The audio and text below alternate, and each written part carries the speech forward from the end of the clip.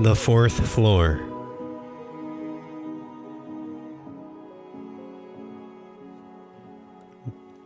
The Gilded Lily was pretty lively when I first moved in. For a nursing home.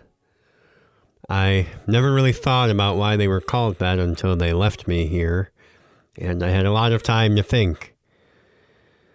They're nursing you along to death. It's not some coded message, and we just talk about it like that, right out in the open. Most folks don't spend 10 years in a place like this. 10 years is a long time even for someone as old as me. A lot can happen, a lot can change. I've outlived one of the kids who put me in here and another's spouse who helped. This place changed owners altogether. That was something of a demarcation point for when the mood of things started to shift around here. It's tough to keep a jovial atmosphere with budget cuts and the population of the place declining by almost a third in just 18 months. Who's to say which one caused the other? At some point they lock into a death spiral. Maybe it was just a grim mood around the place, coloring my perception. But without having any data in front of me, it sure did feel, during that stretch, like there were an abnormally high number of residents croaking. Felt like every time I showed up to a bingo game, people were pursing their lips and shaking their heads about someone new. Not all of the population decline was move-outs, is what I'm saying. Things cleared out so much, in fact, that before long there were 2 residents left on the whole 4th floor. I put in a request to move up there, and it was granted, albeit not without a squint and raise of an eyebrow or two.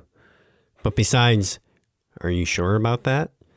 which was patronizing enough as it is, they didn't say anything. I'd earned that. For a long time, I'd kept my head down, barely made a peep about squat. When I first came here, I was a real pain in the ass, a down-home son of a bitch. I'll be the first to admit that. Complained about every last thing. Complained just to hear myself complain. They hated me. A lot of those folks are gone now. I don't know if it's old age or just this place, but a week can start to feel like a day. Something I'd go ahead and get done in the afternoon before would now become my Wednesday plans. Oh, I'm watching a program this morning. No way I'll be able to get to that before sundown. "You finally had enough of me, huh?"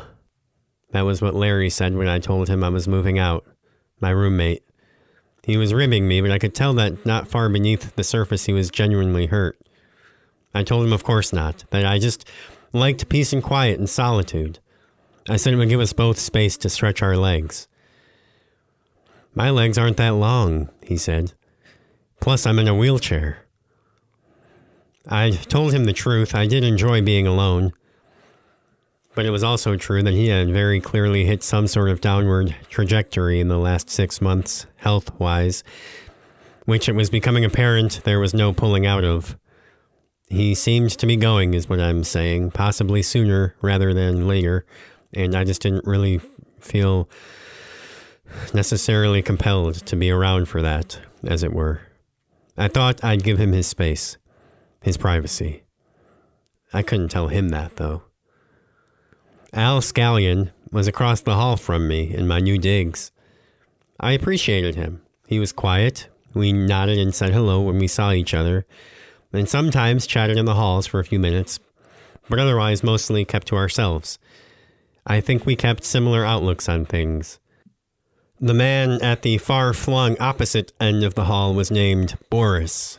He emigrated from Russia after the wall went down. As far as I knew, he didn't speak any English. It wasn't just us old folks at the Lily, though.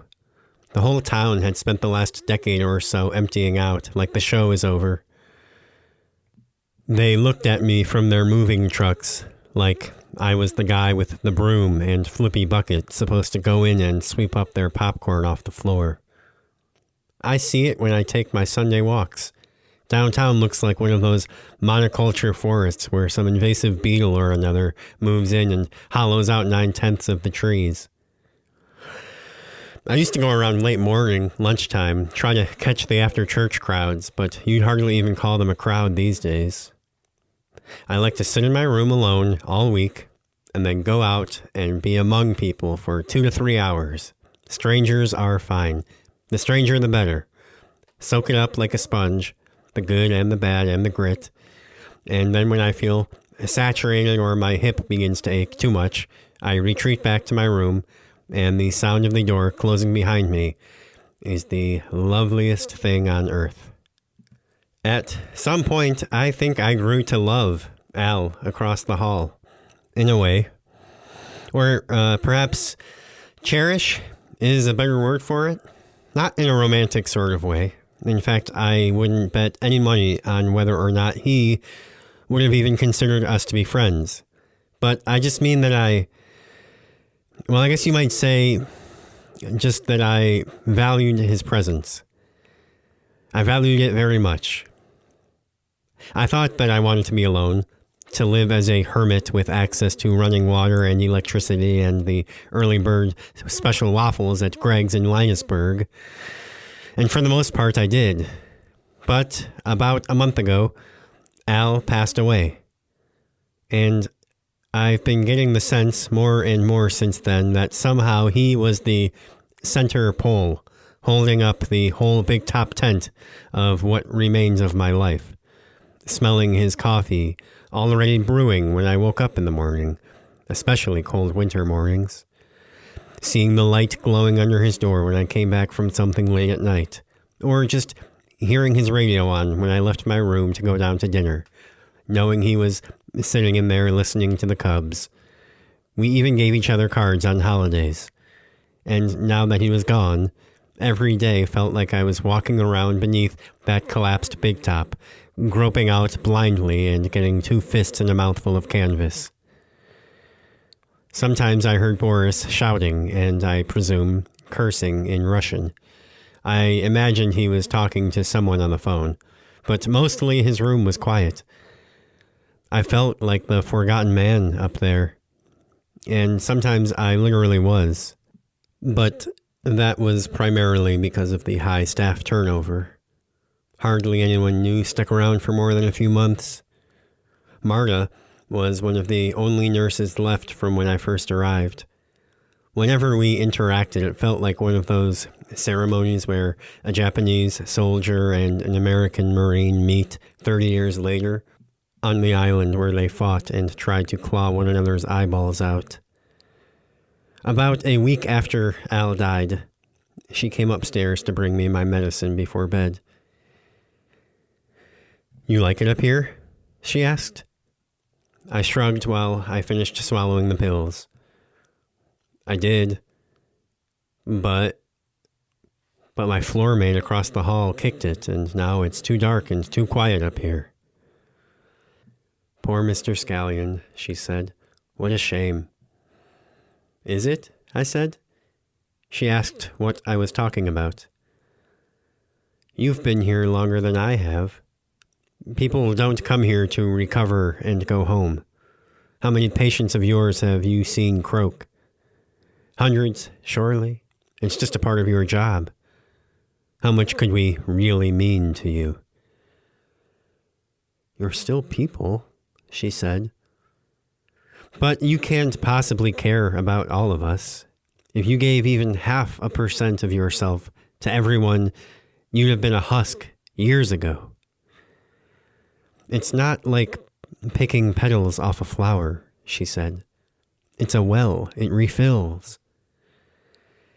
"So you could name all of your patients from your whole career, all the ones that have died," I said. That made her quiet for a minute. "You still have Mr. Anderpov down the hall. You ought to pay him a visit sometime. Maybe you two can rig some cans to a string and run that between your doors." "We'd have so much to talk about," I said. "You know, here I was expecting you to have a bunch of complaints about the ghost." I asked her what ghost. She said, "You never heard that the 4th floor was haunted?" I had, of course. I'd just always assumed it was stories and embellishments. Bored old folks, you know. "It's mostly weird, little unexplainable stuff that I hear about," she said. Drawers opening, knocking in empty rooms, weird whispers, that sort of thing. It's the sort of stuff that probably makes for great theater when you've got a roommate and you're friends with the gals across the hall and you've all got the sleepover giggles, but gosh, being up here alone? I don't know about all that. I asked her if she had seen anything herself.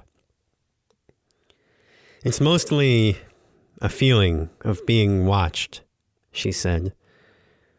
Want me to turn out your light? I said, sure. She lingered in the doorway for a moment.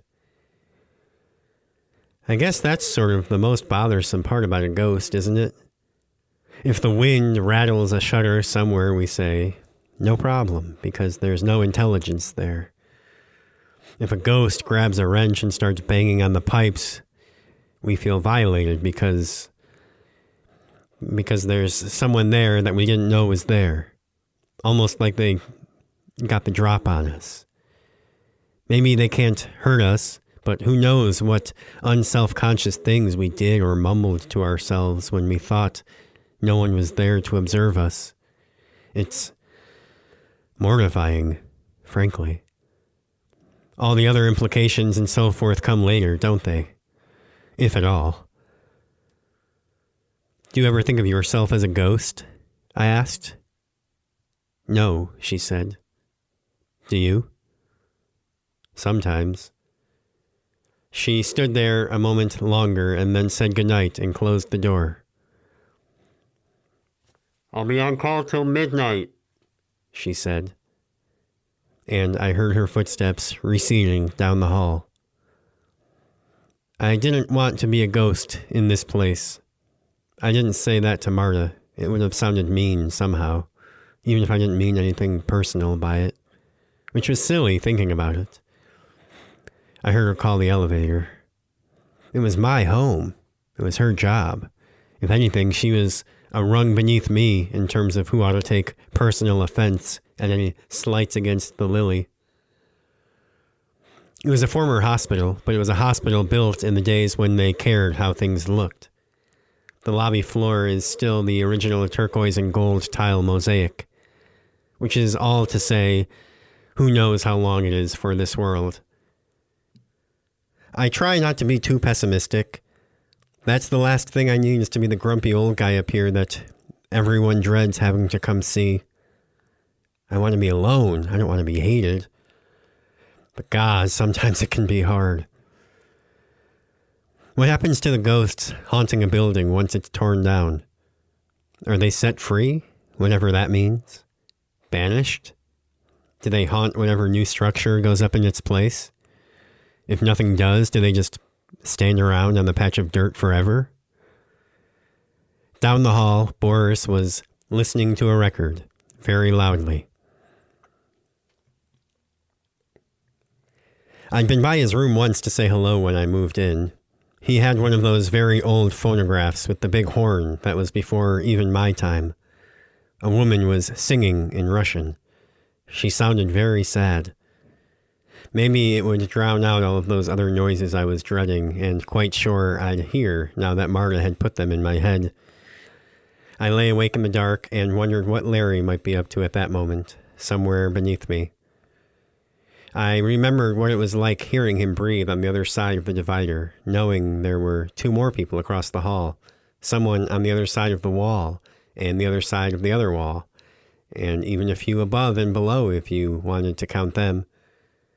I tried reaching out and imagining Boris down there on the far end of the building, and it made me feel marginally less lonely. Before I knew it, I was asleep, and if there were any awful, existentially fraught noises during the night, I remained unconscious for them all. The following day, I decided to make a trip down to Boris's room, just thinking of a neighborly hello. I didn't need to tell him about how I suddenly felt so much closer to him in my head, but establishing a personal connection, some reciprocity in his mind, knowledge of my existence, might somehow help to bridge the physical distance and make him a more effective mental life preserver when the scaries came in the night.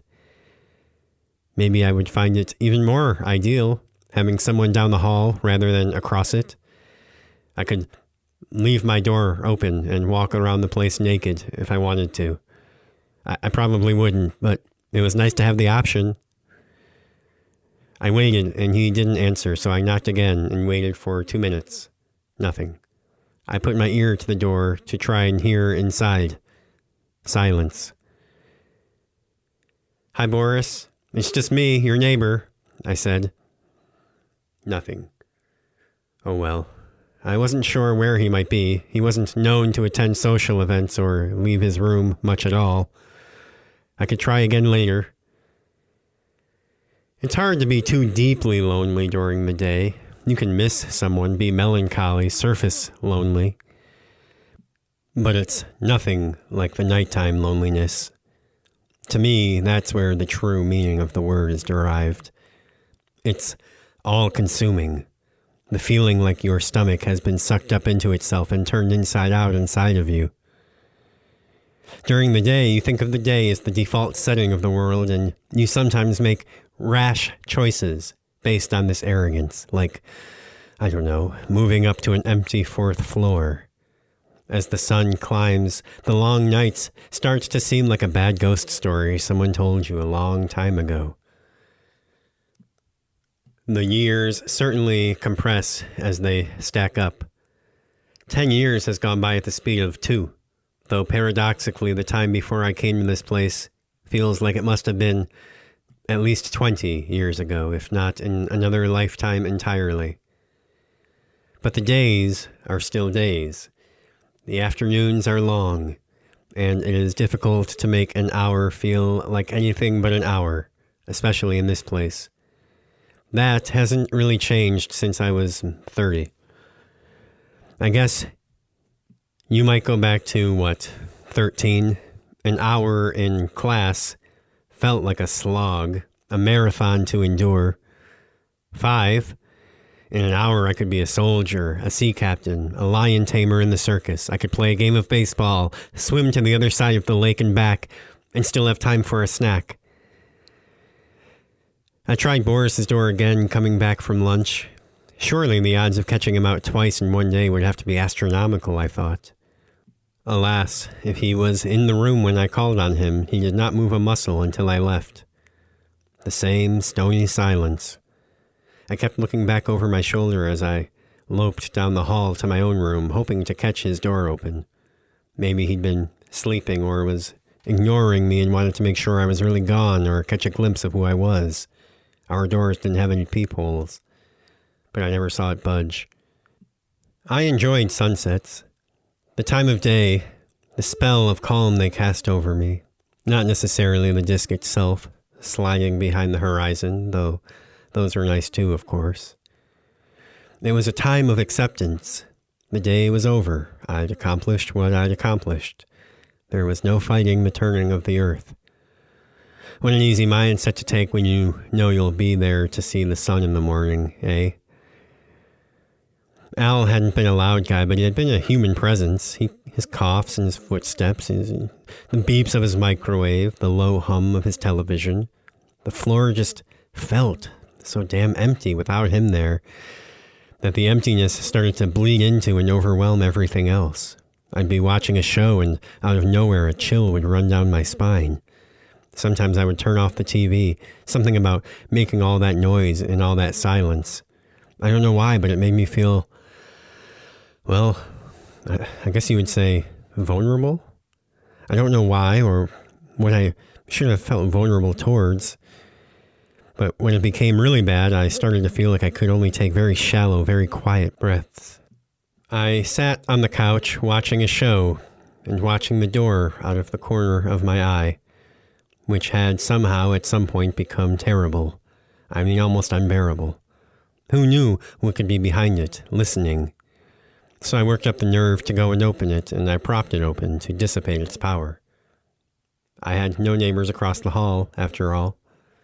But when I returned to the couch, I found that I had only made it unfathomably more powerful. Now it was the dark spot in my periphery, wide open to whatever might be out there, just out of view on either side of the opening, just an inch outside. Nature abhors a vacuum, and I created a void that would have to be filled. I knew not with what, only that it would be nothing good. Now I wasn't even watching the television. I was waiting for whatever was inevitably coming down the hall to pass the open doorway. That was the agony of being alone. I mean, all alone, like this. There was nothing at all on which my subconscious could blame any of the odd extraneous stimuli it received. It stretched the senses to high alert at all times, frayed the nerves. I was relieved then when Boris started to play his music again. I hadn't heard the elevator, hadn't heard his door open or close, never heard him leave or come back. Maybe he was ignoring me. Oh well. The same lady was singing as the night before, but she sounded even sadder tonight. I thought about going down and knocking on his door now, but it felt too passive-aggressive for my purposes. If anything, if I let him play his music and did not bother him, though I easily could, since I clearly wanted to get a hold of him, and now he was clearly advertising his presence, if I waited to go and knock until it was daylight again, maybe it would earn me some credit in his mind, whatever I had done to draw his ire in the first place. Maybe it had nothing to do with me, though. Maybe he was a heavy or late sleeper, or not feeling well, or shy. What reason had I ever given him to loathe me, after all? We cause ourselves so much undue stress in this life, attributing the actions of everyone around us to being somehow a response to us. When I knocked in the morning, he didn't answer. Maybe he's deaf, I thought. Then I thought of the loud music. I thought of screaming, but couldn't bring myself to it, so instead I gave his door 3 good, heavy knocks, hard enough that if he had any picture frames hanging on the walls, they'd feel it. I waited. Nothing. Oh well. This was beginning to spiral towards an obsession, and there was absolutely no need to make mountains out of this molehill. So he didn't want to see me. Who needed him? That night, the lady sang her saddest song yet, and she sang it even louder than her other 2, I was quite sure. I wondered if the people on the 3rd floor would hear it, and send someone up to tell him to turn it down. Nobody came. It was quiet again by the time the nurse arrived in the elevator to deliver our evening medications. I'd never seen her before in my life, and she looked at me like she was watering a plant. I lay in bed, trying to fall asleep, and listening for the ghosts to make themselves known. It occurred to me that, though we were friends, it was possible that Marta was messing with me, trying to get one over. It certainly wouldn't have been beneath her back in our more antagonistic days. Maybe she was awake in her own home right now thinking about it, having a good chuckle. It makes sense that most haunted houses should be old, statistically speaking, but I wonder if so few modern homes seem to gather ghosts because everyone dies in a place like this these days, whether as a hospital or a nursing home. When they rolled me in here on my first day, I'm sure a lot of people were thinking a lot of different things. Petey was probably thanking the Lord he'd get his life back. Julissa was probably wondering if the food would be nice, if the social scene would be good for me. Eric was thinking about the monthly rent, I'm sure. I'm sure I was the only one thinking, this is where I'm going to die. I don't want to die here. I don't know if I will have much choice in the matter. If I was in charge of the place, I'd institute some kind of die-out program, you know? They could buy a big old van from a church or something, and whenever one of us was about to go, they could drive us out to the country, to the beach or the mountains or a baseball game or something. I guess that would require staff. Doubt they'd get it together in time for me, but if I could set the wheels in motion, no pun intended, maybe the wheels could literally be in motion for future residents. Those spry, current 50-year-olds planning their retirement parties. I think I was somewhere on the way toward sleep when I heard the ding from down the hall, and the elevator doors slide open. The nurse had left at least an hour ago. I had no idea who would have any reason to venture up here this late. Every couple of weeks, the elevator would travel up to the 4th floor, apparently by mistake. The doors would open, I'd listen, nobody would come out. A minute later, they'd close and it would rumble back down. Again, one of those things that would be utterly inconsequential if there were any others up here with me. But you see, they are in my memory still. But this time, somebody came out. I heard their footsteps, the heels clicking on the tile. They started the other way, toward Boris's room.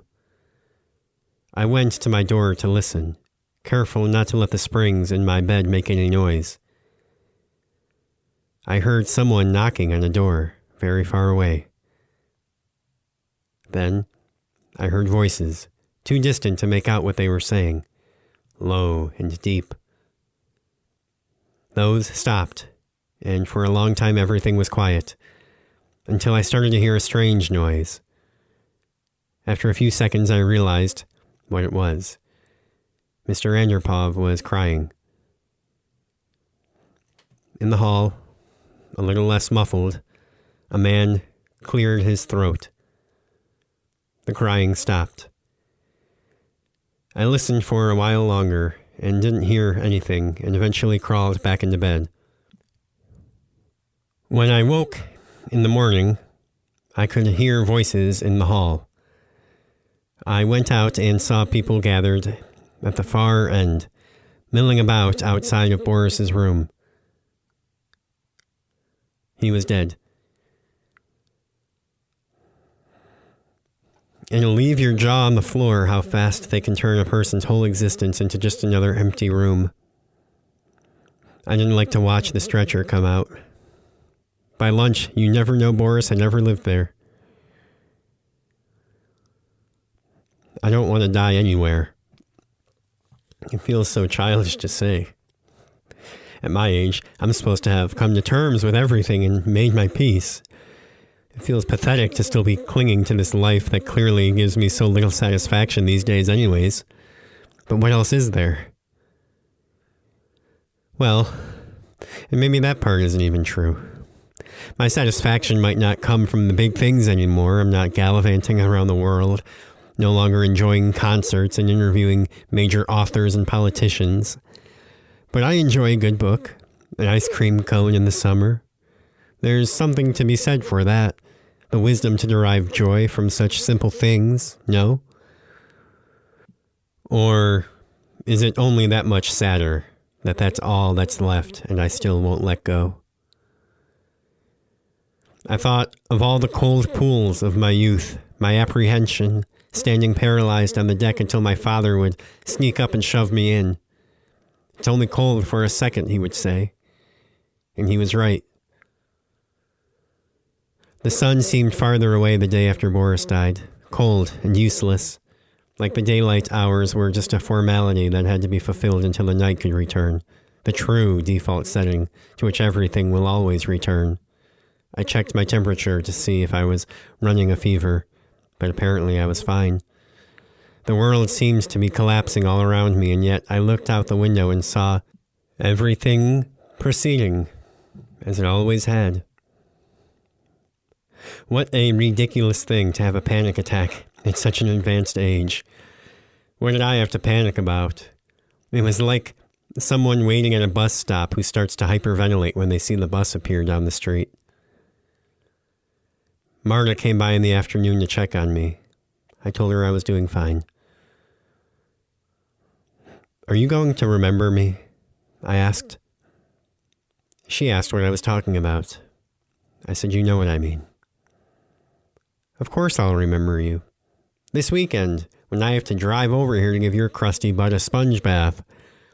She smiled and waved. "Call me if you need me."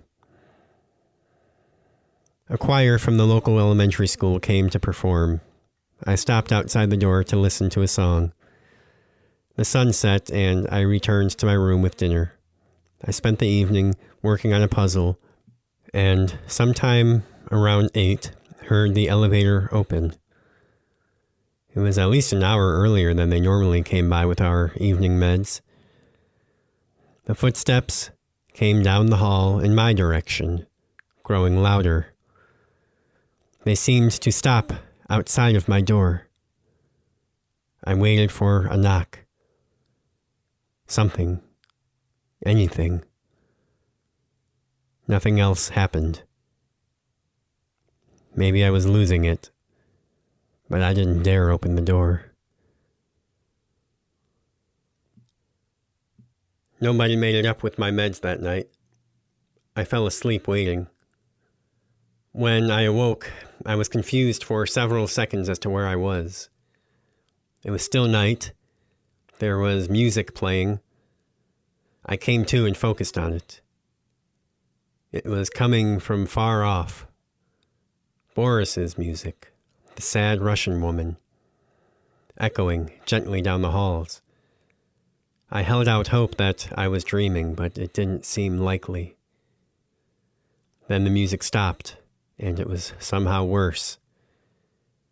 I looked and realized that my door was open. Had I left it for the nurse? I sometimes did that. Either way, I didn't like it now. I was fully awake. The elevator dinged, and the doors slid open. Several moments later, someone stepped out onto the tile. They turned and began to walk toward my open door. I was pinned to the bed. All I had was the darkness. At this late hour, the hall lights were off, and I was free again, covering my eyes and hoping that I was hidden. The footsteps went past my door, then stopped, and backed up. I couldn't see anything, but I knew that they had stopped directly outside of my door. I felt like I was on another planet, where the gravity is 1,000 times stronger than it is on Earth. The silence lasted so long that I started to think it was over. Started to wonder how I would ever fall asleep or work up the nerve to close the door. It was the voice of Marta. And then there was one, it said. I could not speak. Don't be scared. I could hear the smile she spoke the words through. You were expecting me, she said. I'd always hated needles, hated shots. I don't know why. I thought back to every doctor's visit growing up, my mother instructing me not to watch, holding my hand, telling me to look at her. It would be over soon, would hardly even be more than a pinch. Are you ready? She said. My voice faltered.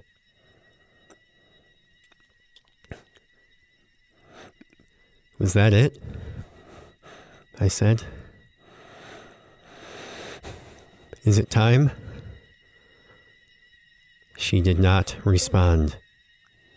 I felt the emptiness around me as a cavern inside of me.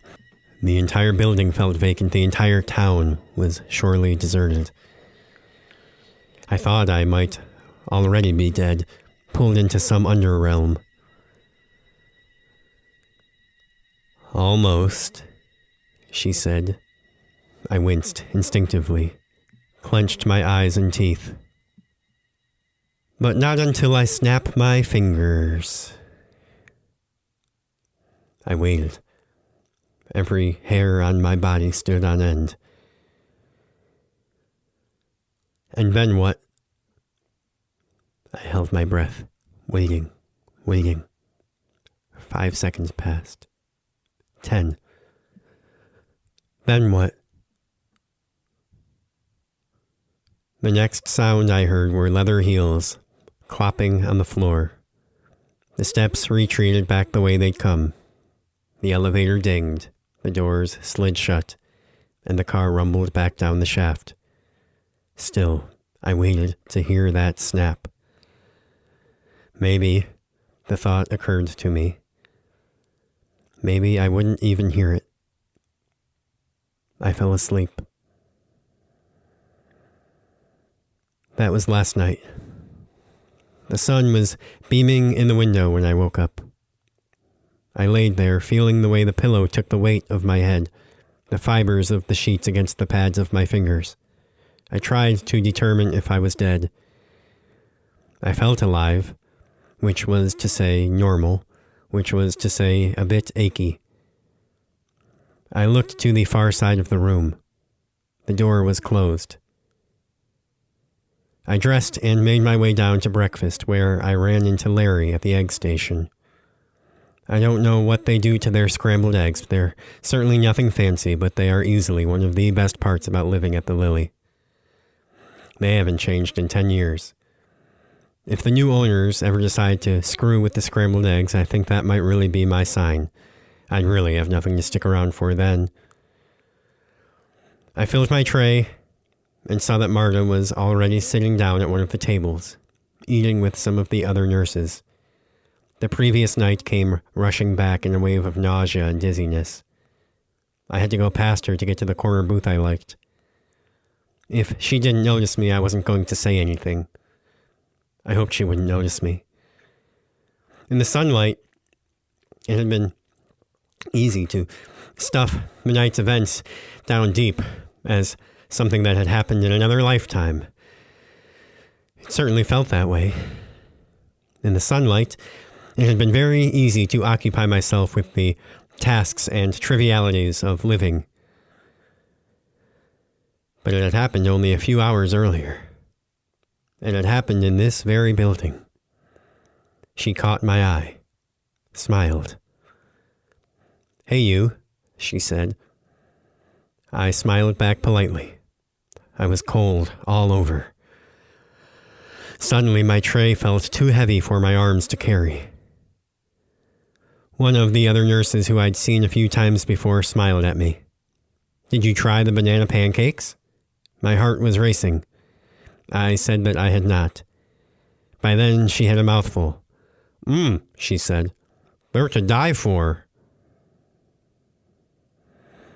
"Better get 'em fast if there are any left," said Marta. Her voice, the sight of her, made the room begin to spin. "Those suckers get snapped up like that."